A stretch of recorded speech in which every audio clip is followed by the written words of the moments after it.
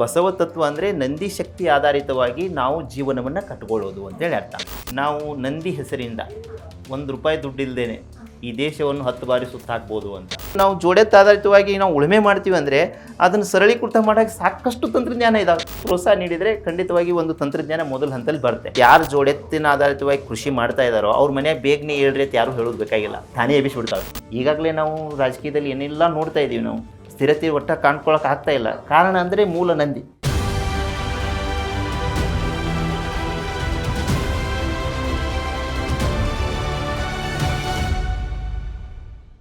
ನಮಸ್ಕಾರ. G vibes podcast ವಿಶೇಷ ಕಾರ್ಯಕ್ರಮಕ್ಕೆ ಸ್ವಾಗತ. ನಾನು ದಿವ್ಯಶ್ರೀ ದಾಸ್. ವೀಕ್ಷಕರೇ, ಪಾದಯಾತ್ರೆ ಅನ್ನೋದು ನಿಜಕ್ಕೂ ಸುಲಭದ ಮಾತಲ್ಲ. ಯಾಕೆ ಅಂತ ಹೇಳಿದ್ರೆ, ನಾವು ಒಂದು ಕಡೆಯಿಂದ ಇನ್ನೊಂದು ಕಡೆಗೆ ವಾಹನದ ಮೂಲಕ ಹೋಗಬೇಕು ಅಂತ ಹೇಳಿದ್ರೇನೆ ಅದು ಒಂದು ರೀತಿ ಬಿಗ್ ಟಾಸ್ಕ್. ಆದರೆ ವಿಜಯಪುರದಿಂದ ಬೆಂಗಳೂರಿಗೆ 560 ಕಿಲೋಮೀಟರ್ 23 ದಿನಗಳ ಕಾಲ ಪಾದಯಾತ್ರೆಯನ್ನ ಮಾಡಿ ಬಂದಿದ್ದಾರೆ. ಹಾಗಾದ್ರೆ ಇವರು ಪಾದಯಾತ್ರೆಯನ್ನ ಮಾಡಿದ್ದು ಯಾಕೆ? ಇದರ ಉದ್ದೇಶ ಏನು? ಜೊತೆಗೆ ಏನು ಒಂದು ಸಂದೇಶವನ್ನ ಸಾರೋದಕ್ಕೆ ಹೊರಟಿದ್ದಾರೆ ಅಂತ ಹೇಳಿ ನಾವು ಮಾಹಿತಿಯನ್ನ ಕೊಡ್ತಾ ಹೋಗ್ತೀವಿ. ಹಾಗಾಗಿ ಇವತ್ತು ನಮ್ಮ ಕಾರ್ಯಕ್ರಮದಲ್ಲಿದ್ದಾರೆ ನಂದಿ ಕೂಗು ಅಭಿಯಾನದ ರೂವಾರಿ ಬಸವರಾಜ್ ಬಿರಾದಾರ್ ಅವರು. ಬನ್ನಿ ಅವರನ್ನ ಕಾರ್ಯಕ್ರಮಕ್ಕೆ ವೆಲ್ಕಮ್ ಮಾಡೋಣ. ನಮಸ್ತೆ ಸರ್, ಕಾರ್ಯಕ್ರಮಕ್ಕೆ ಸ್ವಾಗತ. ಸರ್, ನಾನು ಆಗ್ಲೇ ಹೇಳ್ತಾ ಇದ್ದಾಗೆ ಪಾದಯಾತ್ರೆ ಅನ್ನೋದು ನಿಜಕ್ಕೂ ಒಂದು ರೀತಿ ಸುಲಭದ ಹಾದಿ ಅಂತೂ ಅಲ್ವೇ ಅಲ್ಲ. ನೀವು ವಿಜಯಪುರದಿಂದ ಬೆಂಗಳೂರಿಗೆ ಪಾದಯಾತ್ರೆ ಮೂಲಕ ಬಂದಿದ್ದೀರಾ. ಸೊ ನಿಮ್ಮ ಉದ್ದೇಶ ಆದ್ರೂ ಏನು? ಜೊತೆಗೆ ಪರ್ಟಿಕ್ಯುಲರ್ ಆಗಿ ಈ ಸಮಯದಲ್ಲಿ ಬರುವಂತದ್ದಕ್ಕೆ ಕಾರಣ ಏನು ಅಂತ ಹೇಳಿ.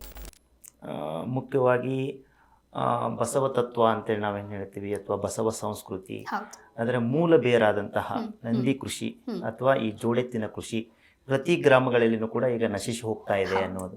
ಒಂದು 20 ವರ್ಷಗಳಲ್ಲಿ 80% ಈಗಾಗಲೇ ನಾಶ ಆಗ್ತಾ ಇದೆ.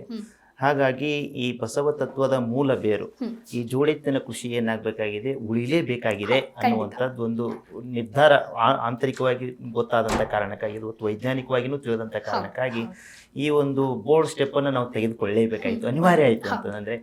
ಯಾಕೆ ಅನಿವಾರ್ಯ ಅಂತಂದರೆ, ಈಗ ರಾಜ್ಯ ಮಟ್ಟದಲ್ಲಿ ಬಸವ ಸಂಸ್ಕೃತಿ ಅಭಿಯಾನ ಅಂತೇಳಿ ನಡೀತಾ ಇದೆ.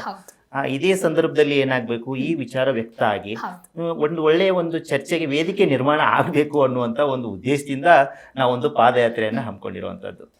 ಸೊ ಬಸವ ಸಂಸ್ಕೃತಿ ಅನ್ನುವಂಥ ಶಬ್ದಕ್ಕೆ ಒಂದು ಅರ್ಥ ಸಿಗ್ತಾ ಇದೆ ಅಂತ ಅನ್ಸುತ್ತಾ ಸರ್ ನಿಮಗೆ? ಆ ಅರ್ಥ ಸಿಗ್ತಾ ಇಲ್ಲ ಅನ್ನುವಂಥ ಕಾರಣಕ್ಕಾಗಿನೇ ಅರ್ಥ ಸಿಗಬೇಕು, ಆ ಒಂದು ಉದ್ದೇಶವನ್ನು ಇಟ್ಕೊಂಡಿನೇ ನಾವೇನು ಮಾಡಿದ್ದೇವೆ, ಬಿಜಾಪುರದಿಂದ ಬೆಂಗಳೂರಿಗೆ ಪಾದಯಾತ್ರೆ ಮಾಡ್ತಾ ಮಾಡ್ತಾ ನಂದಿಯಿಂದ ನಾವೆಲ್ಲರೂ ಒಂದು ಅಂತ ಅನ್ನೋದು. ಹಾಗಾಗಿ ರೈತ ಸಮುದಾಯ ಉಳಿಬೇಕಾದ್ರೆ ಮೂಲ ನಂದಿ ಉಳಿಲೇಬೇಕು ಅನ್ನುವಂಥದ್ದು. ಹಾಗಾಗಿ ನಾವು ಯಾವುದೇ ಧರ್ಮ ಆಗಿರಲಿ, ಧರ್ಮದ ಮೂಲ ಬೇರು ಯಾವುದಾಗಿದ್ದು ಅಂದರೆ ನಂದಿನೇ ಆಗಿರುವಂಥದ್ದು. ಅದನ್ನು ಉಳಿಸ್ಲಾರ್ದೆ ನಾವು ಯಾವ ಧರ್ಮ, ಯಾಕಂತಂದರೆ ಅನ್ನ ಉಳಿಬೇಕಾಗಿತ್ತು ಅಂತಂದರೆ ಭೂಮಿ ಸತ್ವ ಇರಬೇಕು. ಹಾಗಾಗಿ ಆ ಸತ್ವವನ್ನು ಸದಾ ಹಿಂದಿನಿಂದ ನೀಡ್ತಾ ಬಂದಂಥವ್ನು ಯಾರು, ಅದೇ 4 ಕಾಲಿನ ಬಸವಣ್ಣ ಅಥವಾ ನಂದಿ, ಅದೇ ನಾಶ ಆಗ್ತಾ ಇರೋದು ಅಂತ. ಹಾಗಾಗಿ ಅದಕ್ಕೆ ಪೂರಕವಾದಂಥ ಕಾನೂನು ಯೋಜನೆಯನ್ನು ತರೋ ನಿಟ್ಟಿನಲ್ಲಿ ನಾವೇನಾದರೂ ಚಿಂತನೆಯನ್ನು ಮಾಡಿದರೆ ಅದು ನಿಜವಾಗಿಯೂ ಕೂಡ ಈ ಬಸವ ಸಂಸ್ಕೃತಿಯನ್ನು ಉಳಿಸುವಂಥ ಕೆಲಸ ಆಗ್ತದೆ ಈ ಸಂದರ್ಭದಲ್ಲಿ ಅನ್ನೋದನ್ನು ನಾನು ಹೇಳಕ್ಕೆ ಬಂದಿರೋದು. ಸರ್, ಇನ್ನು ಬಸವ ತತ್ವ ಮತ್ತು ತೈಲ ತತ್ವ ಅಂದರೆ ಏನು? ಇದಕ್ಕೆ ಇರುವಂತಹ ವ್ಯತ್ಯಾಸವನ್ನು ತಿಳಿಸೋದಾದ್ರೆ? ಇದೇ ಒಂದು 60-70 ವರ್ಷದ ಹಿಂದೆ ಇದನ್ನ ವ್ಯತ್ಯಾಸ ನಾವು ಪಕ್ಕ ಏನು ಅನ್ನುವಂಥದ್ದು ಬೇರ್ಪಡಿಸಿ ಹೇಳಕ್ ಆಗ್ತಾ ಇರಲಿಲ್ಲ. ಆದ್ರೆ ಇವತ್ತು ಪಕ್ಕ ನಾವು ವೈಜ್ಞಾನಿಕವಾಗಿ ಹೇಳ್ಬೋದು ಬಸವ ತತ್ವ ಅಂದ್ರೆ ಏನು, ಅದೇ ರೀತಿ ತೈಲ ತತ್ವ ಅಂದ್ರೆ ಅಂದ್ರೆ ಬಸವ ತತ್ವ ಅಂದ್ರೆ ನಂದಿ ಶಕ್ತಿ ಆಧಾರಿತವಾಗಿ ನಾವು ಜೀವನವನ್ನ ಕಟ್ಕೊಳ್ಳೋದು ಅಂತೇಳಿ ಅರ್ಥ. ನಂದಿ ಶಕ್ತಿ ಅಂತಂದ್ರೆ ಜೋಡೆತ್ತಿನ ಕೃಷಿಕರು ಗ್ರಾಮಗಳಲ್ಲಿ ಉಳಿದದ್ದೇ ಆದ್ರೆ ಕಾಯಕಗಳೆಲ್ಲ ನೋಡಿತಾವೆ. ಬಡಿಗೇರು, ಕುಮ್ಮಾರು, ಜಂಗಮರು, ತಳವಾರು, ಮಡಿವಾಳರು, ಈ ರೀತಿ ಎಲ್ಲರಿಗೂ ಉದ್ಯೋಗ ಕೂಡ ದೊರೀತದೆ ಅನ್ನುವಂಥದ್ದು.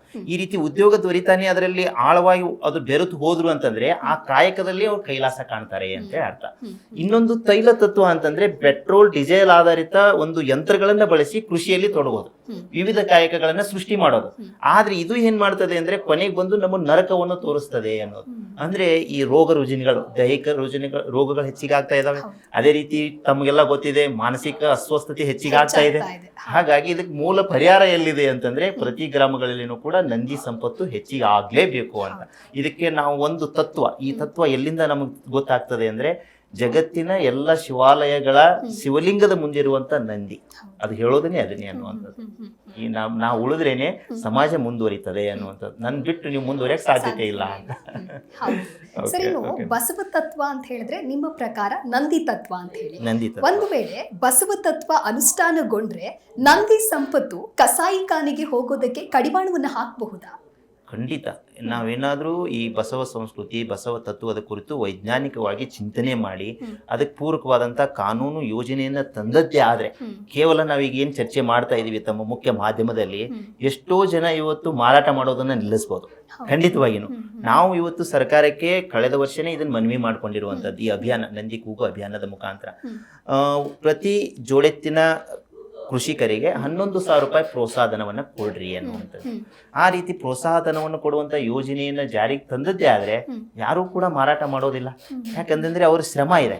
365 ದಿವಸನೂ ಕೂಡ ಅವ್ರು ಕೆಲಸ ಮಾಡ್ಬೇಕಾಗತ್ತೆ. ಟ್ಯಾಕ್ಟ್ರಿ ತಂದ್ರೆ ನಿಲ್ಲಿಸಬಹುದು. ಆದ್ರೆ ಇವತ್ತೇನಾಗ್ತಾ ಇದೆ, ಈ ಒಂದು ತೈಲ ತತ್ವ ಆಧಾರಿತ ಈ ಯಂತ್ರಗಳಿಗೆ ಏನ್ ಮಾಡ್ತಾ ಇದಾವೆ, ಎಲ್ಲಾ ಯೋಜನೆಗಳಿದಾವೆ, ಕಾನೂನುಗಳಿದಾವೆ. ಹಾಗಿದ್ರೆ ಇದು 365 ದಿವಸ ಶ್ರಮ ಇರುವಂತ ಕೆಲಸ ಮತ್ತು ಕುಟುಂಬ ಸಮೇತನೇ ಇದರಲ್ಲಿ ಪಾಲ್ಗೊಳ್ಬೇಕು. ಹಾಗಿದ್ರೆ ಇವ್ರಿಗೆ ಯಾವ ಕಾನೂನು ಇದೆ, ಯಾವ ಯೋಜನೆ ಇದೆ? ಏನು ಇಲ್ಲ ಅಂತಂದ್ರೆ ಅವ್ರು ಕಸಾಯಿಖಾನೆಗೆ ಹೋಗದಲ್ಲಿ ಏನಾಗುತ್ತೆ ಅನ್ನೋದು. ಹಾಗಾಗಿ ಇವತ್ತು ನಾವು ಸುಮಾರು ಒಂದು ಪತ್ರಿಕೆಗಳಲ್ಲಿ ನೋಡ್ತಾ ಇದೀವಿ, ನ್ಯೂಸ್ಗಳಲ್ಲಿ ನೋಡ್ತಾ ಇದೀವಿ, ಅಲ್ಲಿ ಕತ್ತನ್ನ ಕಡಿದ್ರು, ಈ ರೀತಿ ಬಿದ್ದಿದೆ, ಏನೇನೋ ಕೇಳ್ತಾ ಇದೀವಿ. ಅಂತಂದ್ರೆ ಅದಕ್ಕೆ ಕಾರಣ ಅಂತಂದ್ರೆ ನಾವು ತೈಲ ತತ್ವಕ್ಕೆ ಏನ್ ಮಾಡ್ತಾ ಇದೀವಿ, ಪೂರಕ ಯೋಜನೆಗಳನ್ನೆಲ್ಲಾನು ತಂದು ಇದನ್ನ ಸಂಪೂರ್ಣ ನಿರ್ಲಕ್ಷ್ಯ ಮಾಡಿದೀವಿ ಅಂತ. ಇದು ಪ್ರಜ್ಞೆ ಕೊರತೆ ಆಗಿರೋದು, ಒಟ್ಟಾರೆಯಾಗಿ ಅರಿವಿನ ಕೊರತೆ. ಹಾಗಾಗಿ ಇದು ಎಲ್ಲರೂ ಒಗ್ಗೂಡಿನೇ ನಾವು ಇದಕ್ಕೆ ಪರಿಹಾರ ಕಂಡುಕೋಬೇಕು ಅನ್ನುವಂತ ಉದ್ದೇಶ ನಮ್ಮದಿರುತ್ತದೆ. ಇದು ಜನಜಾಗೃತಿ ಮಾಡಬೇಕು ಅನ್ನೋದು. ಓಕೆ, ಸೊ ಪಾದಯಾತ್ರೆ ಮೂಲಕ ಒಂದೊಳ್ಳೆಯ ಆಲೋಚನೆ ಇಟ್ಟುಕೊಂಡು ನೀವು ವಿಜಯಪುರದಿಂದ ಬೆಂಗಳೂರಿಗೆ ಬಂದಿದ್ದೀರಾ. ಸೊ ನೀವು ಮೂಲತಃ ಎಲ್ಲಿಯವರು, ಜೊತೆಗೆ ಕೃಷಿ ಅಧಿಕಾರಿಗಳ ಜೊತೆಗೆ 10 ವರ್ಷ ನೀವು ಕೆಲಸವನ್ನ ಮಾಡಿರ್ತೀರಾ, ಆ ಒಂದು ಅನುಭವ ಇರತ್ತೆ. ಅಲ್ಲಿಂದ ಇಲ್ಲಿಯವರೆಗೆ ಅಂತ ಹೇಳಿದ್ರೆ ಹೇಗೆ ಅಂತ ಹೇಳಿ, ಈ ಹಾದಿಯ ಬಗ್ಗೆ ಹೇಳೋದಾದ್ರೆ ಹೇಗೆ ಹೇಳ್ತೀರಾ? ನನಗೆ ಮೂಲ ನಾನು ಕೃಷಿ ಅಧಿಕಾರಿ ಅಂತ 10 ವರ್ಷ ನಾನು ಸೇವೆಯನ್ನು ಸಲ್ಲಿಸಿದ್ರು. ಆ ಸಂದರ್ಭದಲ್ಲಿ ಸದ್ಗುರು ಜಗ್ಗಿ ವಾಸುದೇವರು ಜಗತ್ತಿನಾದ್ಯಂತ ಒಂದು ಮಣ್ಣು ಉಳಿಸಿ ಅಂತೇಳಿ ಅಭಿಯಾನ ಪ್ರಾರಂಭ ಮಾಡಿದ್ರು. ಅದು ನನ್ನ ಮೇಲೆ ಬಹಳ ಪ್ರೇರಣೆ ಆಯಿತು. ಆಗ ನಾವು ಆಳದಲ್ಲಿ ನೋಡಿದ್ರೆ ಮೂಲ ಏನು ಮಣ್ಣಿನ ಮೇಲೇನೆ ನಮ್ಮ ಜೀವನ ನಿಂತಿರೋದು, ಅದನ್ನೇ ನಾವು ಕಳ್ಕೊಳ್ತಾ ಇದೀವಿ ಅನ್ನೋದು ಸ್ಪಷ್ಟ ಆಯಿತು. ಅದನ್ನ ಮುಂದುವರೆದು ನಾವು ಪೂಜ್ಯ ಶ್ರೀ ಸಿದ್ದೇಶ್ವರ ಸ್ವಾಮೀಜಿಯವರು ಅವ್ರ ಹತ್ರ ಒಂದ್ಸರಿ ಚರ್ಚೆ ಮಾಡಿದಾಗ ನಮಗೆ ಏನಾಯ್ತು, ಆಳವಾಗಿ ಚಿಂತನೆಗೆ ಒಳಪಡಿಸಿದ್ರು ಅವರು. ನಂದಿ ಮೇಲೇನೆ ಭವಿಷ್ಯ ನಿಂತಿದೆ ಅನ್ನೋದು. ನಂದಿ ಉಳಿದ್ರೇನೆ ಮಣ್ಣು ಉಳಿತದೆ, ಪಂದಿ ಉಳಿದ್ರೇನೆ ಪಂಚಮಹಾಭೂತಗಳನ್ನು ಉಳಿತದೆ ಅನ್ನೋದು. ಹಾಗಾಗಿ ಇದು ಬಸವ ತತ್ವ ಅಂದ್ರೆ ನಂದಿ ಆಧಾರಿತವಾದಂತ ಯೋಜನೆಯನ್ನ ತಂದು, ಕಾನೂನುಗಳನ್ನ ತಂದು ಈ ಪಂಚಮಹಾಭೂತಗಳ ಶ್ರೀಮಂತಿಕೆಯನ್ನು ಉಳಿಸೋದು ಅಂತ ಅರ್ಥ ಅಂತೆ. ಹಾಗಾಗಿ ಇಲ್ಲಿ ನಾವು ಮೂಲ ಅದನ್ನೇ ಕಳ್ಕೊಳ್ತೀವಿ ಅಂತಂದ್ರೆ ಆ ಪಂಚಮಹಾಭೂತ ಅಥವಾ ಪ್ರಕೃತಿಯ ಭಾಗವಾದಂತ ನಮಗೆ ಇದು ಕೆಟ್ಟಬಿಡ್ತದೆ ಪ್ರತಿಯೊಬ್ಬರಿಗೂ ಕೂಡ. ಆ ಒಂದು ಕಾರಣಕ್ಕಾಗಿ ಇದು ಆಳವಾದಂತ ಅರಿವು ಉಂಟಾದಂತ ಕಾರಣಕ್ಕಾಗಿ ನಾವು ನಮ್ಮ ಹುದ್ದೆಗೆ ರಾಜೀನಾಮೆಯನ್ನು ನೀಡಿ ಸಂಪೂರ್ಣವಾಗಿ ಈ ಕೆಲಸದಲ್ಲಿ ತೊಡಗೋಕೆ ಕಾರಣವಾಯಿತು ಅಂತ. ಜೋಡೆತ್ತಿನ ಕೃಷಿ ಚಟುವಟಿಕೆಗಳಲ್ಲಿ ಪಾಲ್ಗೊಳ್ಳಬೇಕು ಅಂತ ಅವ್ರು ಉಳಿಲೇಬೇಕು, ಅನಿವಾರ್ಯ ಅನ್ನುವಂಥದ್ದು ನಮಗೆ ತಿಳಿದಿರುವಂಥದ್ದು. ಓಕೆ, ಸೊ 23 ದಿನಗಳ ಕಾಲ ಪಾದಯಾತ್ರೆಯನ್ನ ಮಾಡುವಂಥದ್ದು ನಿಜಕ್ಕೂ ಒಂದು ರೀತಿ ಈಸಿ ಟಾಸ್ಕ್ ಅಲ್ಲ ಅಂತ ನಾನು ಹೇಳ್ತಾ ಇದ್ದೆ. ಸೊ ನೀವು ಪಾದಯಾತ್ರೆಗೆ ಎಂಟ್ರಿ ಆಗೋಕ್ಕೂ ಮುಂಚೆ ಹೆಲ್ತ್ ಚೆಕಪ್ ಅಂತ ಏನಾದರೂ ಮಾಡಿಸ್ಕೊಂಡಿದ್ರಾ, ಅಥವಾ ಈಗ ಆ ಒಂದು ಪಾದಯಾತ್ರೆ ಮುಕ್ತಾಯ ಆಗಿದೆ ಈಗ ಏನಾದರೂ ಹೆಲ್ತ್ ಚೆಕಪ್ ಮಾಡಿಸ್ಕೊಂಡಿದ್ರಾ? ಎಷ್ಟು ಚಾಲೆಂಜಸ್ನ ನೀವು ಫೇಸ್ ಮಾಡಿ ಬಂದಿದ್ದೀರಾ ಅಂತ ಹೇಳಿ? ಮೊದಲನೇದಾಗಿ ಹೆಲ್ತ್ ಚೆಕಪ್ ಅನ್ನುವಂಥದ್ದು ಬಂದಾಗ ನನ್ನ ಡೈಲಿ ಹೆಲ್ತ್ ಚೆಕಪ್ ಆಗ್ತದೆ ಅನ್ನುವಂಥದ್ದು ಎದ್ರ ಮುಖಾಂತರ ಅಂದ್ರೆ ಯೋಗನ ಮಾಡ್ತಾ ಇರೋದು. ಸದ್ಗುರು ಅವ್ರು ನೀಡಿದಂತ ಇನ್ನರ್ ಇಂಜಿನಿಯರಿಂಗ್ ಅನ್ನುವಂಥ ಸಾಧನ ನಾನು ಸುಮಾರು ಒಂದು 9 ವರ್ಷದಿಂದ ಇವತ್ತು ಸಾಧನದಲ್ಲಿ ತೊಡಗಿರುವಂಥದ್ದು. ಇಷ್ಟು ವರ್ಷದಲ್ಲಿ ಸುಮಾರು 1-2 ಬಾರಿ ನಾ ಅಲೋಪೆಥಿಕ್ ಟ್ಯಾಬ್ಲೆಟ್ಸ್ ಅನ್ನು ತೆಗೆದುಕೊಳ್ಳುವಂತ ಸಂದರ್ಭ ಬಂದಿರೋದು. ಅದ್ರ ಹೊರತುಪಡಿಸಿ ನಾ ಏನೂ ದೇಹದಲ್ಲಿ ಹಾಕೊಂಡಿಲ್ಲ. ಅದೇ ಒಂದು ನನಗೆ ಏನಂತಂದ್ರೆ ಸಂಪೂರ್ಣವಾಗಿ ಪ್ರೊಟೆಕ್ಟರ್ ಆಗಿರೋದು ಆ ಯೋಗ. ಹಾಗಾಗಿ ನನಗೆ ಅದ್ರ ಬಗ್ಗೆ ಒಂದು ಆತ್ಮವಿಶ್ವಾಸ. ಹಾಗಾಗಿ ನಾನು ಕೇವಲ 2 ದಿವಸದಲ್ಲಿ ಇದು ನಿರ್ಧಾರವನ್ನು ತೆಗೆದುಕೊಂಡಿರುವಂಥದ್ದು. ಈ ಬಸವ ಸಂಸ್ಕೃತಿ ಅಭಿಯಾನ ಅನ್ನುವಂಥದ್ದು ಪ್ರಾರಂಭ ಆಯಿತು. ಈ ಸಂದರ್ಭದಲ್ಲಿ ಈ ವಿಚಾರ ವ್ಯಕ್ತ ಆಗಬೇಕು, ಹಾಗಾಗಿ ಅದು ಅನಿವಾರ್ಯ ಅನ್ನುವಂಥದ್ದು ಬಂದಾಗ ನಾನೇನ್ ಮಾಡಿದೆ, ಇದನ್ನ ನಿರ್ಧಾರವನ್ನು ತೆಗೆದುಕೊಂಡು ಪಾದಯಾತ್ರೆ ಶುರು ಮಾಡಿದೆ. ಸೊ ಇನ್ನು ಪಾದಯಾತ್ರೆ ಅಂತ ಬಂದಾಗ ಸಾಕಷ್ಟು ಜನಕ್ಕೆ ಒಂದು ರೀತಿ ಗೊಂದಲ ಇರುತ್ತೆ. ಪಾದಯಾತ್ರೆ ಅಂತ ಹೇಳಿದ್ರೆ ಊಟ ತಿಂಡಿ ಕಥೆ ಏನು ಅಂತ ಹೇಳಿ. ಹಾಗಾಗಿ ಈ ಒಟ್ಟಾರೆ ನನ್ಗೆ ಒಂದೇ ಈ ಅನುಭವ ಒಂದು ಶಬ್ದದಲ್ಲಿ ಹೇಳೋದಾದ್ರೆ, ನಾವು ನಂದಿ ಹೆಸರಿಂದ ₹1 ದುಡ್ಡಿಲ್ದೇನೆ ಈ ದೇಶವನ್ನು 10 ಬಾರಿ ಸುತ್ತ ಹಾಕ್ಬೋದು ಅಂತ ಆ ಅನುಭವ ನನಗಾಗಿರುವಂಥದ್ದು. ನಂದಿ ಹೆಸರು ಅಂದ್ರೆ ಅಷ್ಟು ಭಾವನಾತ್ಮಕವಾಗಿ ಪ್ರತಿಯೊಬ್ಬರನ್ನ ಬೆಸೆಯುವಂತ ಒಂದು ಶಬ್ದ ಯಾವ್ದಾದಿದ್ರೆ ನಂದಿ ಅನ್ನೋದು, ಎತ್ತುಗಳು ಅನ್ನುವಂಥದ್ದು ನನಗೆ ಇದು ಬಂದಾಗ ಮನವರಿಕೆ ಆಯ್ತು. ಹಾಗಾಗಿ ನಾವು ಕೊನೆಗೆ ಬಂದ ಏನಾಯ್ತು ಅಂದ್ರೆ ನಂದಿಯಿಂದ ನಾವೆಲ್ಲರೂ ಒಂದು ಅಂತ.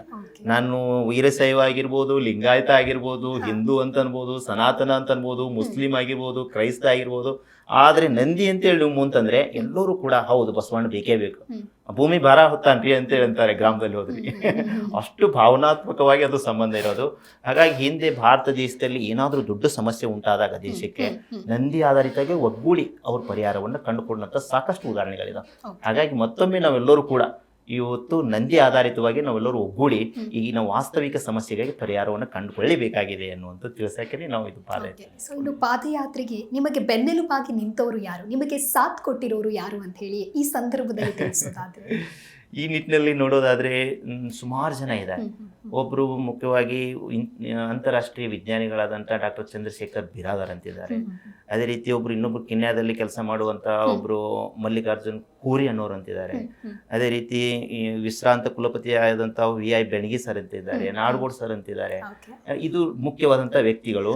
ಅದ್ರ ಜೊತೆಯಲ್ಲಿ ಸುಮಾರು ಇವತ್ತು ನಾನು ಬರಬೇಕಾಗಿತ್ತು ಅಂದ್ರೆ ಹೊಸ ವ್ಯಕ್ತಿಗಳು ಎಷ್ಟೆಲ್ಲ ಜನ ಪರಿಚಯ ಆದ್ರು ಅಂತಂದ್ರೆ, ಆತ್ಮೀಯರು ನನ್ನ ಮನೆಯ ಒಬ್ಬ ಸಂಬಂಧಿಯಾಗಿನೇ ನನ್ನ ನೋಡ್ಕೊಂಡು ಇಲ್ಲಿವರೆಗೆ ನನಗೆ ಏನ್ ಮಾಡಿದ್ರು, ಪಾದಯಾತ್ರೆಗೆ ಸಹಕಾರ ನೀಡಿರುವಂತದ್ದು. ಹಾಗಾಗಿ ಸುಮಾರು ಜನ ಇದರಲ್ಲಿ ಏನಿದ್ದಾರೆ ಪಾಲ್ದಾರಿಯಾಗಿರುವಂಥದ್ದು. ಇನ್ನು ದೇಶದ 12 ಜ್ಯೋತಿರ್ಲಿಂಗಗಳು ಹಾಗೆ ಎಲ್ಲ ಶಿವಾಲಯಗಳಲ್ಲಿಯೂ ಕೂಡ ನಂದಿಯನ್ನ ಪ್ರತಿಷ್ಠಾಪಿಸಿ ಪೂಜೆಯನ್ನ ಮಾಡಲಾಗುತ್ತೆ. ಏನಿದರ ವಿಶೇಷತೆ, ಕಾರಣ ಏನು ಅಂತ ತಿಳಿಸೋದಾದ್ರೆ ಸರ್? ಮುಖ್ಯವಾಗಿ ಗುರು ಎಂಬ ಲಿಂಗದ ಮುಂದೆ ನಂದಿ ಇರ್ತದೆ. ಯಾವುದೇ ಗುರು ಸಮಾಧಿ ಆದ್ರೆ ಅದನ್ನ ಗುರುವನ್ನ ಏನ್ ಮಾಡ್ತೀವಿ, ಲಿಂಗ ಸ್ವರೂಪದಲ್ಲಿ ಅದನ್ನ ನೋಡ್ತೀವಿ. ಅಲ್ಲಿ ಮುಂದ್ಗಡೆ ಏನ್ ಮಾಡ್ತೀವಿ, ನಂದಿಯನ್ನ ಇಡ್ತೀವಿ. ಅಂದ್ರೆ ಅರ್ಥ ಏನು ಅಂತಂದ್ರೆ, ಮುಖ್ಯವಾಗಿ ಗುರು ಏನಾದ್ರೂ ಸಮಾಜದಲ್ಲಿ ಜನ್ಮ ತಾಳ್ಬೇಕಾದ್ರೆ ಆ ನಂದಿನೇ ಕಾರಣ ಅಂತ. ಒಂದು ಕುಟುಂಬ ವ್ಯವಸ್ಥೆ ಮೂಲದಲ್ಲಿ ಅದು ಜನ್ಮ ಆಗ್ಬೇಕಾಗಿತ್ತಂದ್ರೆ ಅದಕ್ಕೂ ಕೂಡ ನಂದಿನೇ ಕಾರಣ ಅಂತೇಳಿ ನಮ್ಮ ಮನೆಯ ಒಂದು ಜಗ್ಲಿ ಮೇಲೇನೂ ಕೂಡ ನಂದಿಯನ್ನೇ ಪೂಜೆ ಮಾಡ್ತೀವಿ. ಹಾಗಾಗಿ ಇಲ್ಲೇನಾಗ್ತದೆ, ಮುಖ್ಯವಾಗಿ ಈ ನಂದಿಯನ್ನ ನಾವು ಉಳಿಸ್ಕೊಂಡು ಅದರ ಆಧಾರಿತವಾಗಿ ಜೀವನವನ್ನು ಕಟ್ಕೊಂಡಿದ್ದೇ ಆದ್ರೆ ಅವಾಗ ಪಂಚಮಹಾಭೂತಗಳಿಗೆ ಏನೂ ತೊಂದರೆ ಆಗೋದಿಲ್ಲ ಅನ್ನುವಂಥ ತತ್ವವನ್ನು ಏನ್ ಹೇಳ್ತದೆ ಎಲ್ಲ ಶಿವಾಲಯಗಳು ಹೇಳುವಂಥದ್ದು. ಅದೇ ಬಸವ ತತ್ವದ ಪ್ರತೀಕನೇ ಅದು ಇರುವಂಥದ್ದು.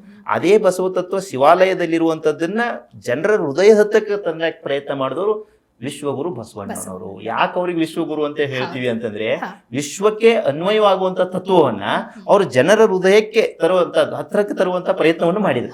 ಅಂದ್ರೆ ಅವ್ರ ಅಂಗೈಯಲ್ಲಿನೇ ಲಿಂಗ ಕಟ್ಟಿಕೊಟ್ಟು ಈ ತತ್ವ ಅವ್ರಿಗೆ ಅರ್ಥ ಆಗುವ ಹಾಗೆ ಮಾಡಿದ್ರು.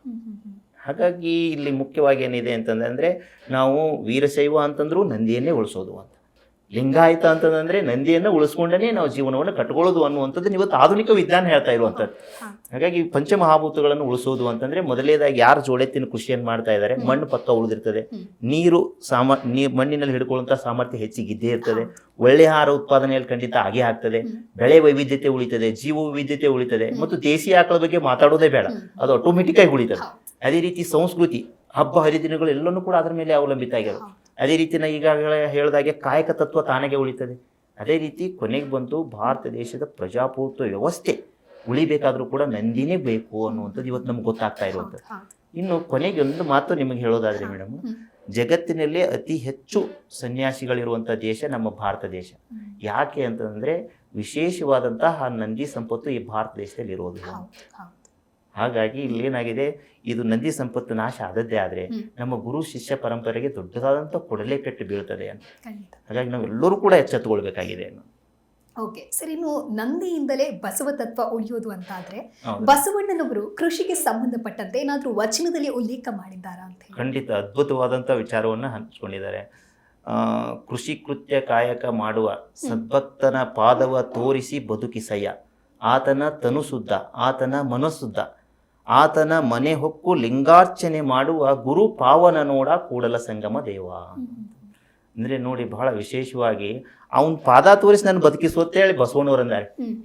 ಅರ್ಥ ನೋಡ್ಕೊಳ್ಳಿ. ಅಂದ್ರೆ ಅವನಿಂದ ನನ್ ಬದುಕು ಅಂತ ಗುರುವಿಗೂ ಕೂಡ. ಇನ್ನೊಂದೇನಂದಿದ್ದಾರೆ, ಗುರು ಅವನ ಮನೆಗೆ ಹೋಗಿ ಲಿಂಗಾರ್ಚನೆ ಮಾಡಿದ್ರೆ, ಲಿಂಗ ಪೂಜೆ ಮಾಡ್ಕೊಂಡ್ರೆ ಗುರುನೇ ಪಾವನೆ ಆಗ್ತಾನೆ ಅಂತ. ಅವ್ ಭಕ್ತ ಪಾವನ ಅಲ್ಲ, ಜೋಡೆತ್ತಿನ ಕೃಷಿಕ ಪಾವನ ಆಗೋದಲ್ಲ, ಅಲ್ಲಿ ಹೋಗಿ ಪೂಜೆ ಮಾಡುವಂತ ಗುರುನೇ ಪಾವನ ಆಗ್ತಾನೆ ಅಂತ ಅರ್ಥ ನೋಡಿ. ಅವ್ರು ಅವಾಗನೇ ಹೇಳ್ಬಿಟ್ಟಿದ್ದಾರೆ, ಅಂದ್ರೆ ಗುರು ತಯಾರಾಗೋದು ಅಂತ ಕೃಷಿಕನ ಮನೆಗಳಿಂದನೇ ಅಂತ. ಹಾಗಾಗಿ ಆ ಕೃಷಿಕನ ಜೋಡೆತ್ತಿನ ಕೃಷಿಕನ ಮನೆಗಳು ಉಳಿದ್ರೆ ಮಾತ್ರ ಇವತ್ತು ನಮ್ಮ ಗುರು ಶಿಷ್ಯ ಪರಂಪರೆ ಉಳ್ಕೊಳ್ತದೆ ಅನ್ನುವಂಥದ್ದು ಸ್ಪಷ್ಟವಾಗಿ ಈ ವಚನ ತಿಳಿಸ್ತಾ ಇರುವಂಥದ್ದು. ಇನ್ನು ನಂದಿ ಕೂಗು ಅನ್ನುವಂತಹ ಪುಸ್ತಕವನ್ನ ನೀವು ಬಹಳ ವಿಶೇಷವಾಗಿ ಬರೆದಿದ್ದೀರಾ. ಏನು ಆ ಪುಸ್ತಕದ ವಿಶೇಷ, ಜೊತೆಗೆ ಪುಸ್ತಕದ ಮೂಲಕ ಯಾವ ಸಂದೇಶವನ್ನ ಸಾರೋದಕ್ಕೆ ನೀವು ಹೊರಟಿದ್ದೀರಿ ಸರ್? ಮುಖ್ಯವಾಗಿ ಇವತ್ತೇನಾಗ್ತಾ ಇದೆ ಮೇಡಮ್, ಸಾಕಷ್ಟು ದೇವಾಲಯಗಳನ್ನು ಕಟ್ಟಿಸ್ತಾ ಇದ್ದೀವಿ ಮತ್ತು ನಂದಿ ಮೂರ್ತಿಗಳನ್ನು ಕೂಡ ನಾವು ಸಾಕಷ್ಟು ಮಾಡ್ತಾ ಇದ್ವಿ, ಕೆಲವೊಂದು ಬೆಳ್ಳಿ ಮೂರ್ತಿಗಳನ್ನು ಕೂಡ ಮಾಡ್ತಾ ಇದ್ವಿ, ತೇರುಗಳನ್ನೆಲ್ಲಾನು ಮಾಡ್ತಾ ಇದ್ದೀವಿ. ಆದರೆ ವಾಸ್ತವದಲ್ಲಿ ಏನಾಗಿದೆ, ಆ ನಂದಿ ಸಂಪತ್ತನ್ನು ಉಳಿಸ್ಕೋತಾ ಇಲ್ಲ. ಅದೇ ಯಾವುದೋ ರೂಪದಲ್ಲಿ ಎಲ್ಲಾ ಶಿವಾಲಯಗಳಿರುವಂತ ನಂದಿಗಳು ಕೂಗಿ ಹೇಳ್ತಾ ಇದ್ದಾವೆ ಅಂತ, ನಾವು ಉಳಿದ್ರೆ ಮಾತ್ರ ನೀವು ಉಳಿತೀರಿ. ಅದಕ್ಕಾಗಿ ಒಂದು ಸ್ವಲ್ಪ ವಿಚಾರ ಮಾಡಿ ಏನು ಮಾಡಿ ನಮ್ಮನ್ನು ಉಳಿಸ್ಕೊಳ್ಳೋಕೆ ಪ್ರಯತ್ನ ಮಾಡಿ. ಅದಕ್ಕೆ ಪೂರಕವಾದಂಥ ಕಾನೂನು ಯೋಜನೆಯನ್ನು ತಂದುಕೊಳ್ರಿ. ನೀವು ಪ್ರಜಾಪ್ರಭುತ್ವ ವ್ಯವಸ್ಥೆಯಲ್ಲಿ ಇದ್ದೀರಿ, ಅದಕ್ಕೆ ಯಾರು ಉಳಿಸ್ತೀವಿ ಅಂತಾರೆ ಮತವನ್ನು ನೀಡ್ರಿ. ಅದೇ ರೀತಿ ನಾವು ಮತ ಇದರ ಆಧಾರಿತವಾಗಿ ಕ್ರೋಢೀಕರಿಸಿ ರಾಜಕೀಯದಲ್ಲಿ ನೀವು ಮುಂದುವರೆದು ಬನ್ನಿ, ಅಂಥವ್ರ ಜೋಡಿ ನಾನು ಇರ್ತೀನಿ ಅಂತೇಳಿ ಅವರೆಲ್ಲ ನಂದಿಗಳು ಹೇಳ್ತಾ ಇದ್ದಾವೆ ಅನ್ನುವಂಥದ್ದು. ಹಾಗಾಗಿ ಇಲ್ಲಿ ಮುಖ್ಯವಾಗಿ ಅದರ ಆಧಾರಿತವಾಗಿ ಈ ನಂದಿ ಕೂಗು ಅನ್ನುವಂಥ ಪುಸ್ತಕವನ್ನು ನಾವು ಸಂಪೂರ್ಣವಾಗಿ ಬರೆದಿರೋದಿದೆ.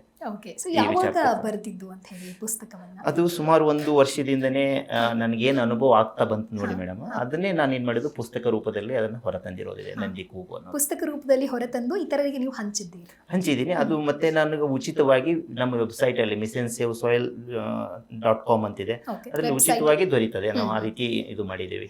Okay madam. ಸರ್, ಇನ್ನು ಬಸವ ತತ್ವ ಅನುಷ್ಠಾನ ಅಂತ ಹೇಳೋದು ಕೇವಲ ಜೋಡೆತ್ತಿನ ಕೃಷಿಕರಿಗೆ ಮಾತ್ರ ಲಾಭ ಆಗತ್ತಾ ಅಥವಾ ಇತರರಿಗೂ ಕೂಡ ಇದು ಅನ್ವಯ ಆಗತ್ತಾ ಅಂತ ಹೇಳಿ? ಮೇಡಮ್ ನೋಡಿ, ಜೋಡೆತ್ತಿನ ಕೃಷಿಕರು ಉಳಿದ್ರೆ ಸರ್ವರಿಗೂ ಕೂಡ ಲಾಭ ಆಗುತ್ತೆ. ಮೊದಲೇ ನಿಮಗೆ ಹೇಳಿದ್ರೆ ಕಾಯಕ ತತ್ವ ಇದು ಕೊನೆಯವರೆಗೂ ಉಳಿತದೆ ಅನ್ನೋ ಅದ್ರ ಬಗ್ಗೆ ಡೌಟೇ ಇಲ್ಲ. ಇನ್ನು ಒಂದೊಂದು ಏನಾಗುತ್ತೆ, ಇವತ್ತಿನ ದಿನಗಳಲ್ಲಿ ಜೋಡೆತ್ತಿನ ಕೃಷಿಕರಿಗೆ ಪ್ರೋತ್ಸಾಹ ಕೊಟ್ಟರೆ ಎಲ್ಲ ರೈತರಿಗೆ ಪ್ರೋತ್ಸಾಹ ಕೊಟ್ಟಂಗೇನೆ ಅಂತ. ಯಾಕಂತಂದ್ರೆ ಅಲ್ಲಿ ಸಗಣಿ ಗೊಬ್ಬರ ಹೆಚ್ಚಿಗೆ ಆಗ್ತದೆ. ಹಾಗಿದ್ರೆ ಅದು ಇವತ್ತು ಏನಾಗಿದೆ, 8-10 ಸಾವಿರ ರೂಪಾಯಿ ಒಂದು ಟ್ಯಾಕ್ಟ್ರಿಗೆ ಆಗಿದೆ. ಒಬ್ರು ಯಾರೋ ದ್ರಾಕ್ಷಿ ಉಳಿಸ್ಕೋಬೇಕು, ಕಬ್ಬಿಗಾಗಿ ಈ ಥರ ಎಲ್ಲ ಕೃಷಿಕರು ಉಳಿಬೇಕಾಗಿತ್ತು ಅಂತಂದ್ರೆ ಅದು ಏನಾದರೂ ಇವತ್ತು ಈ ಜೋಡೆತ್ತಿನ ಕೃಷಿಕರ ಸಂಖ್ಯೆ ಹೆಚ್ಚಿಗೆ ಆದವು ಅಂದರೆ ಅದ್ರ ಜೋಡಿ ಒಂದು ಆಕಳ ಉಳಿತದೆ, ಎಮ್ಮೆ ಉಳಿತದೆ. ಹಾಗಾಗಿ ಏನಾಗ್ತದೆ, ಹೆಚ್ಚಿನ ಪ್ರಮಾಣದಲ್ಲಿ ಸಗಣಿ ಉತ್ಪಾದನೆ ಆಗ್ತದೆ. ಆಯ್ತು ಅಂದ್ರೆ ಅದು ಕಡಿಮೆ ದುಡ್ಡಿನಲ್ಲಿ ಇತರ ರೈತರಿಗೂ ಹೋಗ್ತದೆ, ಅವ್ರ ಜಮೀನು ಉಳಿತದ.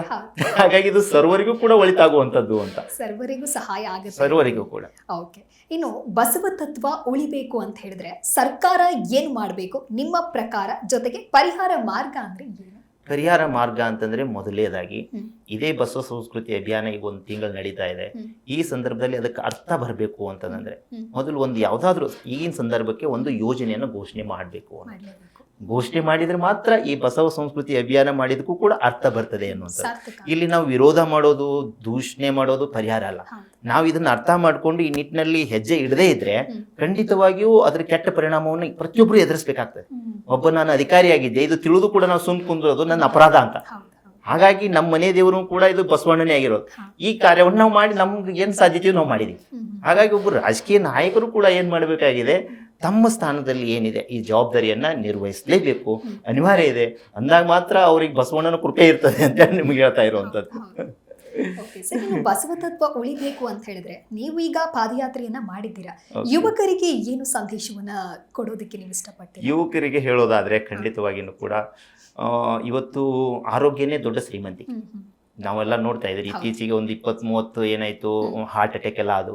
ಅದರಲ್ಲಿ 7-8 ಜನಕ್ಕೆ ಸರ್ಕಾರಕ್ಕೆ ವರದಿ ಒಪ್ಪಿಸಿದ ಹಾಗೆ 7-8 ಜನಕ್ಕೆ ಹಾರ್ಟ್ ಅಟ್ಯಾಕ್ ಯಾರಿಗಾಗಿದೆ, ಈ ಕ್ಯಾಬ್ ಡ್ರೈವರ್ಸಿಗೆ ಮತ್ತು ಆಟೋ ಡ್ರೈವರ್ಸಿಗೆ ಆಗಿರೋದು. ಅಂದ್ರೆ ಇದು ತೈಲ ತತ್ವ ಆಧಾರಿತ ಕೆಲಸದಲ್ಲಿ ಆಳವಾಗಿ ತೊಡಗಿರೋದು, ಅಂದ್ರೆ ಹೊಗೆ ಎಲ್ಲಾನು ಓಡುವಂತ ಸ್ಥಳದಲ್ಲಿರೋದು. ನಾವು ವೈಜ್ಞಾನಿಕವಾಗಿ ಹೇಳ್ತಾ ಇದ್ದೀವಿ. ನಾವೇನು ಹೇಳೋದು, ಈಗ ಒಂದು 100 ಜನ ಇಲ್ಲಿ ಬೆಂಗಳೂರಲ್ಲಿರುವಂಥ ಆಟೋ ಡ್ರೈವರ್ಸು ಮತ್ತೆ 100 ಜನ ಜೋಡೆತ್ತಿನ ಕೃಷಿಕರಿಗೆ ಇಬ್ಬರನ್ನು ಆರೋಗ್ಯ ಪರೀಕ್ಷೆ ಮಾಡಿದರೆ ಯಾರ ಆರೋಗ್ಯ ಚೆನ್ನಾಗಿರ್ತದೆ ಅಂತೀರಿ? ವೈಜ್ಞಾನಿಕವಾಗಿನೇ ಕೃಷಿಕರದೇ ಆಗಿರ್ತದೆ, ಜೋಡೆತ್ತಿನ ಕೃಷಿಕರು. ಹಾಗಾಗಿ ಇನ್ನು ಮುಂದಿನ ದಿನಗಳಲ್ಲಿ ಈ ಒಂದು ನಂದಿ ಆಧಾರಿತವಾಗಿ ಸುಮಾರು ಬಿಸ್ನೆಸ್ಗಳಿದಾವೆ. ಅಂಥ ಬಿಸ್ನೆಸ್ಗಳಲ್ಲಿ ತೊಡಗುವಂಥದ್ದು ಯುವಕರು ಅಥವಾ ಜೋಡೆತ್ತಿನ ಕೃಷಿಯನ್ನೇ ಮಾಡುವಂಥದ್ದು, ಇದಕ್ಕೆ ಒಳ್ಳೆಯ ಒಂದು ಭವಿಷ್ಯ ಇದೆ. ಎಲ್ಲರಿಗೂ ಕೂಡ ನೌಕರಿ ಅಂಕರು ಸಿಗಕ್ಕೆ ಸಾಧ್ಯತೆ ಇಲ್ಲ. ಎಷ್ಟೇ ನೀವು ಪರೀಕ್ಷೆ ಮಾಡಿ, ಎಷ್ಟೇ ನೀವು ತಯಾರಾದರೂ ಕೂಡ ಈ ಒಂದು ಸರ್ಕಾರಿ ಆಗಿರ್ಬೋದು ಅಥವಾ ಖಾಸಗಿ ಆಗಿರ್ಬೋದು ಒಂದು 5% ಜನಕ್ಕೆ ಮಾತ್ರ ಉದ್ಯೋಗ ಕೊಡ್ಬೋದು. ಎಲ್ಲರೂ ನಿರಾಶೆ ಆಗ್ತಾರೆ. ಎಲ್ಲರದ್ದು ಆಸೆ ಇರುತ್ತೆ ಹೊರಗಡೆ ಬಂದು ಬದುಕು ಕಟ್ಟಿಕೊಳ್ಬೇಕು ಅಂತ, ಆದ್ರೆ ವಾಸ್ತವತೆ ಏನು ಅನ್ನೋದು ಅವ್ರಿಗೆ ಗೊತ್ತಿಲ್ಲ. ಆದ್ರೆ ನಿಜವಾಗಿಯೂ ಕಾಯಕದಲ್ಲಿ ಕೈಲಾಸ ಕಾಣುವಂಥದ್ದು ಯಾವ್ದಾದ್ರು ಇನ್ನೊಂದು ಕಾಯಕ ಇದ್ರೆ ಅದು ನಂದಿ ಆಧಾರಿತವಾದಂತ ಕಾಯಕ ಅನ್ನುವಂಥದ್ದು ಈಗ ತಿಳಿತಾ ಇದೆ. ವಾಸ್ತವದಲ್ಲಿ. ಹಾಗಾಗಿ ನಿಮ್ಮ ಮೊದಲ ಆರೋಗ್ಯ ಅನ್ನುವಂಥ ಶ್ರೀಮಂತಿಕೆ ಎಲ್ಲಿ ಅದ ಅನ್ನುವಂಥ ದಯವಿಟ್ಟು ಹುಡುಕ್ರಿ. ಯಾಕಂದ್ರೆ ನೀವು ಅದನ್ನ ಯಾರು ಜೋಡೆತ್ತು ಕಟ್ಟಿದ್ದಾರೆ ಅವ್ರಿಗೆ ಖಂಡಿತ ಒಳ್ಳೆ ಭವಿಷ್ಯ ಇದೆ. ಅದರ ಆಧಾರಿತವಾಗಿ ಯಾರೆಲ್ಲ ಉತ್ಪನ್ನಗಳನ್ನು ಮಾಡ್ತಾ ಇದ್ದಾರೆ ಅವರಿಗೂ ಕೂಡ ಖಂಡಿತ ಒಳ್ಳೆ ಭವಿಷ್ಯ ಇದೆ ಅನ್ನುವಂಥದ್ದು. ಹಾಗಾಗಿ ಇದು ನಿಸರ್ಗನೇ ಏನು ಮಾಡ್ತದೆ ಈ ನಿಟ್ಟಿನಲ್ಲಿ ಇದರ ಒಂದು ಒಳಿತು ಏನದ ಅನ್ನುವಂಥದ್ದು ತಾನೇಗೆ ತಿಳಿಸ್ಕೊಡ್ತದೆ ಇನ್ನು ಮುಂದಿನ ದಿನಗಳಲ್ಲಿ. ಹಾಗಾಗಿ ಕೇವಲ ನಾವು ಪರೀಕ್ಷೆಗಳಿಗೆ ಬರೆದು ಬರೀ ಅದಕ್ಕೇ ನಾವು ಪ್ರಿಪೇರ್ ಆಗೋದು ಬದಲಿ ಇಲ್ಲಿ ಮುಖ್ಯವಾಗಿ ನಂದಿ ಆಧಾರಿತವಾಗಿ ಏನಾದರೂ ಉದ್ಯೋಗ ಕಟ್ಕೊಳ್ಳೋಕ್ಕೆ ಸಾಧ್ಯತೆ ಇದ್ದರೆ ಈ ನಿಟ್ಟಿನಲ್ಲಿ ಯುವಕರು ಮುಂದೆ ಬರಬೇಕು ಅನ್ನೋಂಥ ನಮ್ಮ ವಿಚಾರ. ಸರ್, ಇನ್ನು ಪಾದಯಾತ್ರೆಯನ್ನ ನೀವಂತೂ ಮಾಡಿದ್ದೀರಾ, ಹೌದು. ಆದರೆ ಈಗ ನಿಮ್ಮ ಮುಂದಿನ ನಡೆ ಏನು ಅನ್ನುವಂಥ ಪ್ರಶ್ನೆ. ಈಗ ನಾವು ಕಳೆದ ಒಂದು 2 ವರ್ಷದಿಂದ ಸಂಪೂರ್ಣವಾಗಿ ಇದರಲ್ಲಿ ತೊಳ್ಕೊಂಡಿದ್ದೀವಿ. ಇದು ಗುರು ನೀಡಿದಂಥ ಗುರಿ, ಯಾವುದೋ ರೂಪದಲ್ಲಿ ನಮಗೇನು ಗೊತ್ತಿರಲಿಲ್ಲ.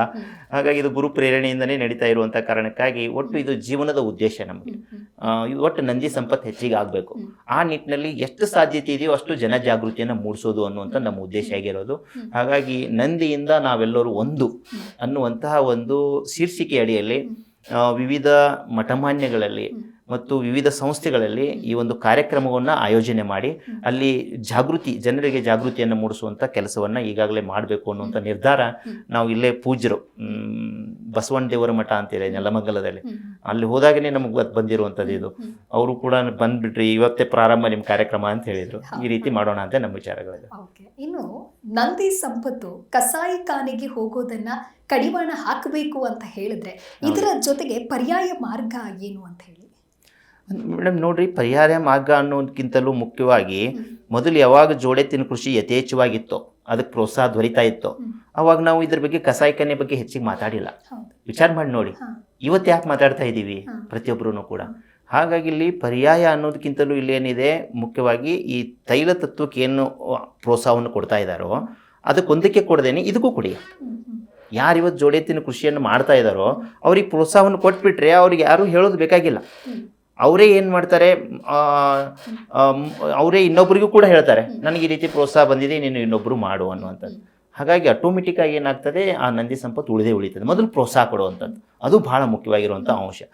ಇವತ್ತು ನಾವು ತೈಲ ತತ್ವ ಆಧಾರಿತ ಯಂತ್ರಗಳಿಗೆ ಪ್ರೋತ್ಸಾಹ ಕೊಡಬೇಡ ಅಂತ ಹೇಳೋಕ್ಕಾಗೋದಿಲ್ಲ. ನೀವು ಅದಕ್ಕೆ ಕೊಡ್ತಾ ಇದ್ದೀರಿ, ಅದಕ್ಕೆ ಇದಕ್ಕೂ ಕೊಡಿ. ಒಂದು ಕೊಟ್ಟು ಇದಕ್ಕೆ ಬಿಟ್ಟರೆ ಅದು ಹೋಗುತ್ತೆ, ನಾಶ ಆಗೇ ಆಗುತ್ತೆ. ಖಂಡಿತ. ಇನ್ನು ಜೋಡೆತ್ತಿನ ಕೃಷಿ ಚಟುವಟಿಕೆ ಅಂತ ಹೇಳಿದ್ರೆ ಸಾಕಷ್ಟು ಜನಕ್ಕೆ ಅದ್ರ ಬಗ್ಗೆ ಅರಿವಿರೋದಿಲ್ಲ. ಹಾಗಾಗಿ ಆ ಒಂದು ಕಾಯಕದಲ್ಲಿ ಮುನ್ನುಗ್ಗೋದಕ್ಕೆ ಒಂದು ಭಯ ಇರುತ್ತೆ, ಮುಂದೆ ಏನಾಗತ್ತೋ ಏನು ಅಂತ ಹೇಳಿ. ಸೊ ಸುಲಭ ಮಾರ್ಗ, ಸರಳ ಮಾರ್ಗ ಅಂತ ಹೇಳಿದ್ರೆ ಬಹಳ ಪ್ರಮುಖವಾಗಿ ಯುವಕರಿಗೆ ಕರೆ ಕೊಡೋದಾದ್ರೆ ಏನು ಹೇಳ್ತೀರಾ? ಮೇಡಮ್, ಒಂದು ನಿಮಗೆ ಹೇಳೋದಾದರೆ ಎಲ್ಲರಿಗಿಂತ ಸರಳವಾದಂಥ ಮಾರ್ಗ ಅಂತಂದರೆ ಇದು ಜೋಡೆತ್ತಿನ ಕೃಷಿ ಮಾರ್ಗನೇ. ಮತ್ತು ಅರಿವು ಮೂಡಿಸುವಂಥದ್ದು ಅಂದರೆ ಜ್ಞಾನವನ್ನು ಹೆಚ್ಚಿಗೆ ಮಾಡುವಂಥದ್ದು ಯಾವುದಾದ್ರೂ ಕೃಷಿ ಆದರೆ ಅದು ಜೋಡೆತ್ತಿನ ಕೃಷಿ ಕಾಯಕ. ಅವರನ್ನು ನೋಡಿನೇ ಏನು ಮಾಡಿದ್ದಾರೆ, ಕೋಟಿ ವಿದ್ಯೆಗಳಲ್ಲಿ ಮೇಟಿ ವಿದ್ಯೆಯ ಮೇಲು ಅಂತೇಳಿ ಯಾರನ್ನು ನೋಡಿ ಹೇಳಿದ್ದಾರೆ ಅಂದರೆ ಆ ಕೃಷಿಕರನ್ನೇ, ಜೋಡೆತ್ತಿನ ಕೃಷಿಕರನ್ನೇ. ಒಂದು 5 ವರ್ಷ ಏನಾದರೂ ಜೋಡೆತ್ತಿನ ಆಧಾರಿತವಾಗಿ ಅವ ಕೃಷಿ ಮಾಡಿದ ಅಂತಂದರೆ ರೈತ ಅಷ್ಟೊತ್ತಿಗೆ ಅವನು ಏನು ಮಾಡಿರ್ತಾನೆ, ಒಬ್ಬ ವಿಜ್ಞಾನಿ ಆಗಿರ್ತಾನೆ ರೈತ, ಎಷ್ಟೋ ಕಲ್ತು ಬಿಟ್ಟಿರ್ತಾನೆ. ಹಾಗಾಗಿ ಇಲ್ಲೇನಾಗುತ್ತೆ ಅಂತಂದರೆ ಮುಖ್ಯವಾಗಿ ನಾವು ಮೂಲ ಎಲ್ಲಿ ನಮ್ಮದು ಅಡಗಿದೆಯೋ ಈ ಬಸವ ತತ್ವ ಅದಕ್ಕೆ ನಾವು ಪ್ರೋತ್ಸಾಹ ಕೊಟ್ಟದ್ದೇ ಆದರೆ ಉಳಿದದ್ದು ಎಲ್ಲನೂ ತಾನಾಗೆ ಬಂದ್ಬಿಡ್ತದೆ. ಈಗ ಹೊಸ ತಂತ್ರಜ್ಞಾನಗಳನ್ನು ಅಳವಡಿಕೆ ಮಾಡ್ಕೊಳ್ಳೋದು ಭಾಳ ಮುಖ್ಯ ಇದೆ.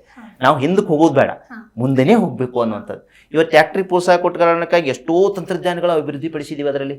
ಹಾಗಿದ್ರೆ ಈ ಕಳೆದ ಒಂದು 20 ವರ್ಷದಲ್ಲಿ ಜೋಡೆತ್ತಿನ ಕೃಷಿ ಆಧಾರಿತ ತಂತ್ರಜ್ಞಾನಗಳು ಯಾವಾದರೂ ಬಂದಿದ್ದಾವ? ನೀವು ಮುಂದಿನ ಹಂತದಲ್ಲಿ ಇದು ಕೃಷಿ ವಿಶ್ವವಿದ್ಯಾಲಯಗಳಿಗೂ ಕೂಡ ಪ್ರಶ್ನೆ ಮಾಡಬೇಕು ಅನ್ನೋಂಥದ್ದು. ಹೌದು, ಇದಕ್ಕೂ ತಂತ್ರಜ್ಞಾನಗಳು ಅಭಿವೃದ್ಧಿ ಆದರೆ ಅಂದರೆ ಸೈಕಲ್ ನಾವು ಮೊದಲು ಏನು ಮಾಡಿದ್ವಿ, ಒಂದು ಪೈಡಲ್ ತುಳಿದ್ರೆ ಒಂದು ಸ್ವಲ್ಪ ಹೋಗ್ತಿತ್ತು. ಇವತ್ತು ಒಂದು ಪೈಡಲ್ ತುಳಿದ್ರೆ ಎಷ್ಟೋ ದೂರ ಹೋಗುತ್ತೆ. ತಂತ್ರಜ್ಞಾನದ ಅಭಿವೃದ್ಧಿ. ಹೌದಾ, ಇವತ್ತು ನಾವು ಜೋಡೆತ್ತ ಆಧಾರಿತವಾಗಿ ನಾವು ಉಳುಮೆ ಮಾಡ್ತೀವಿ ಅಂದರೆ ಅದನ್ನು ಸರಳೀಕೃತ ಮಾಡೋಕ್ಕೆ ಸಾಕಷ್ಟು ತಂತ್ರಜ್ಞಾನ ಇದಾವೆ. ನಾವು ಬಳಕೆ ಮಾಡ್ಕೊಳ್ಳೋಕ್ಕೆ ಅದಕ್ಕೆ ಪ್ರೋತ್ಸಾಹ ನೀಡೋಕ್ಕೆ ನಾವು ತಯಾರಿಲ್ಲ.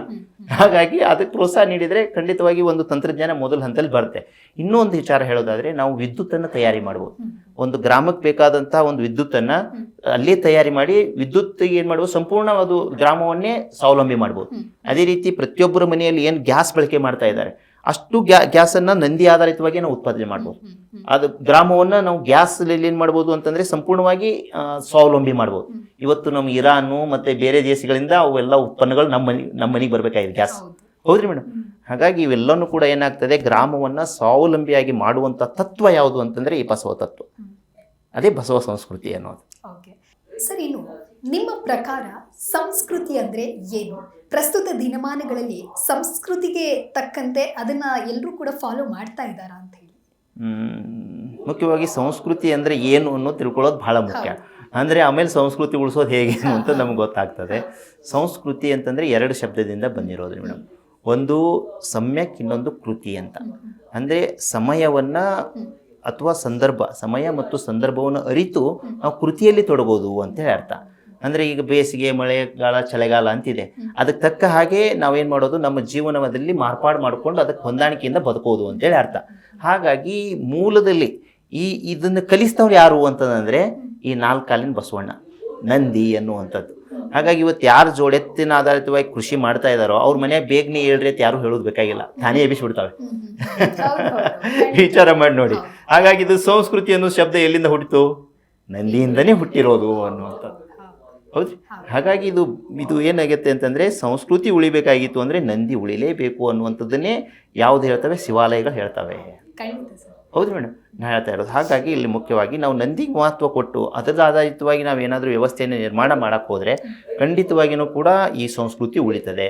ಅದೇ ರೀತಿ ಇವತ್ತು ಕುಡಿತಿದ್ದ ಅಂತ ತಿಳ್ಕೊಳ್ಳೋಣ, ಕೆಟ್ಟ ಚಟದಲ್ಲಿ ತೊಡಗಿದ್ದ. ಇವತ್ತು ಯಾರು ಅದನ್ನು ಪೂರಾ ದಾರಿ ತಪ್ತಾರೆ, ಆ ಜೋಡೆತ್ತೇ ಇರೋದಿಲ್ಲ ಅವ್ನ ಮನೆಯಲ್ಲಿ. ಕುಡಿದ್ರು ಕೂಡ ಇತಿಮಿತಿಯಲ್ಲಿ ಕುಡಿತಾನೆ ಅಂತ, ಅದ್ರ ಬಗ್ಗೆನೂ ಚಿಂತೆ ಮಾಡೋದು ಬೇಕಾಗಿಲ್ಲ ನಾವು.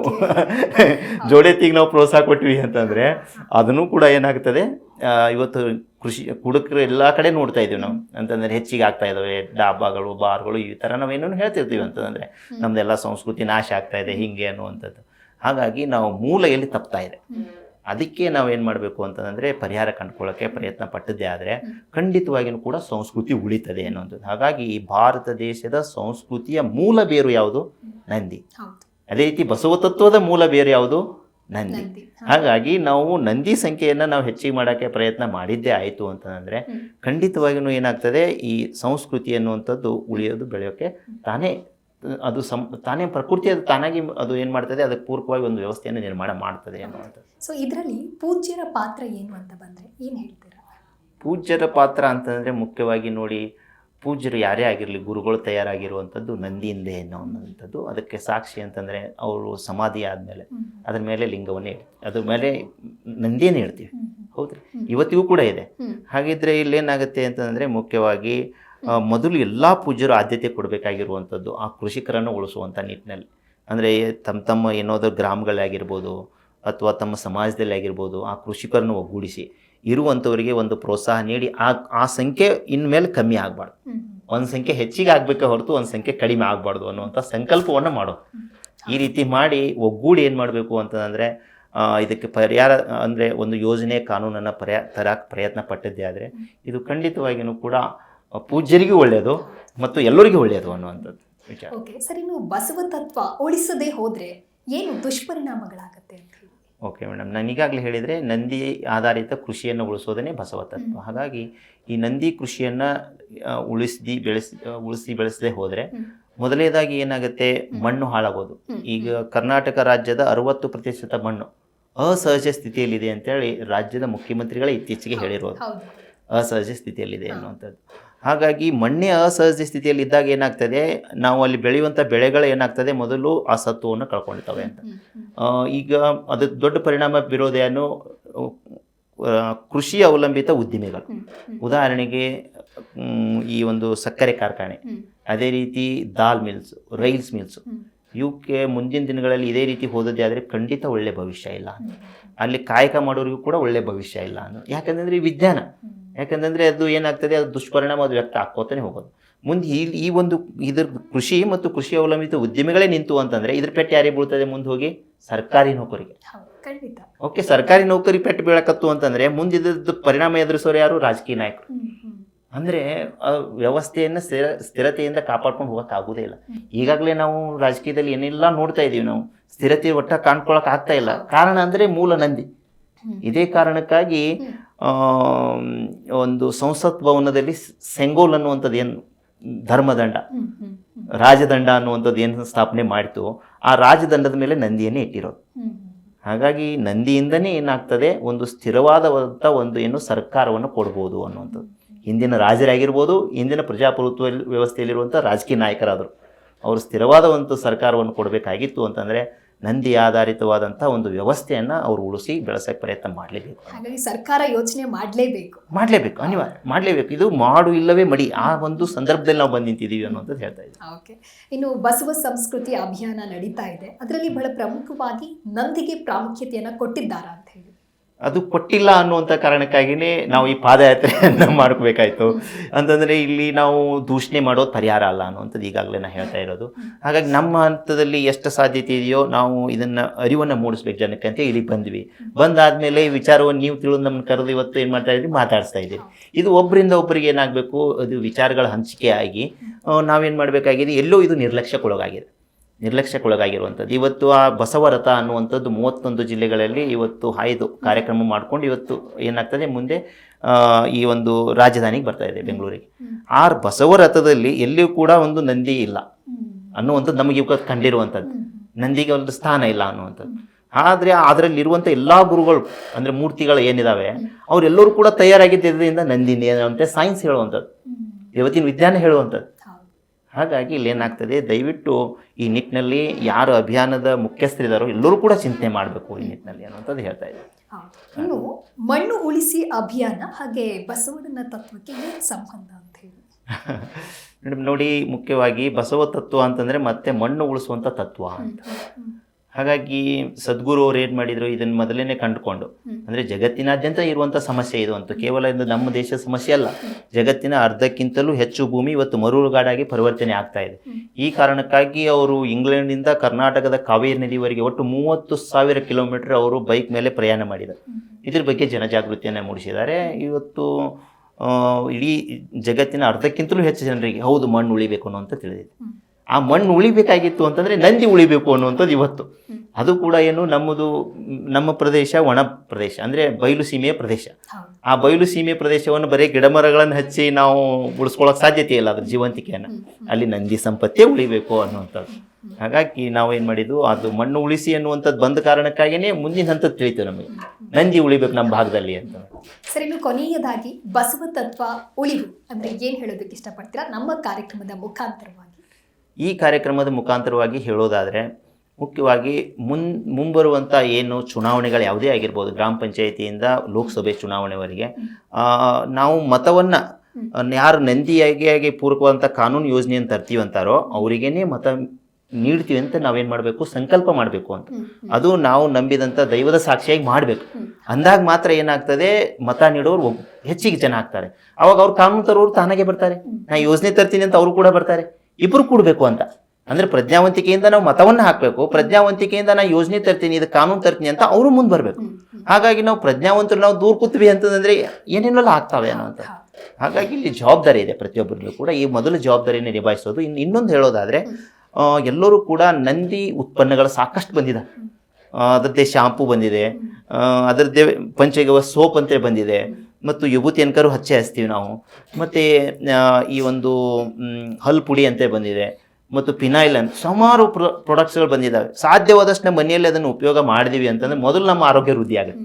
ಇದು ನಮ್ಮ ಕೈಯಲ್ಲಿರುವಂಥದ್ದು. ಈ ರೀತಿ ನಾವು ಆ ಉತ್ಪನ್ನಗಳನ್ನು ಬಳಕೆ ಮಾಡಿದರೆ ಒಂದು ನಮ್ಮ ಆರೋಗ್ಯ ವೃದ್ಧಿ, ಅದರ ಜೋಡಿ ಅದನ್ನು ಉತ್ಪನ್ನಗಳನ್ನು ರೆಡಿ ಮಾಡುವಂಥ ಆ ರೈತನಿಗೂ ಕೂಡ ಅನುಕೂಲ.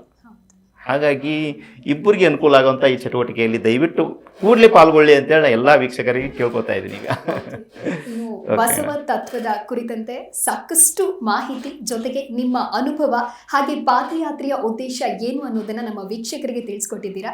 ಥ್ಯಾಂಕ್ ಯು ಸರ್, ಕಾರ್ಯಕ್ರಮಕ್ಕೆ ಆಗಮಿಸಿದ್ದಕ್ಕಾಗಿ.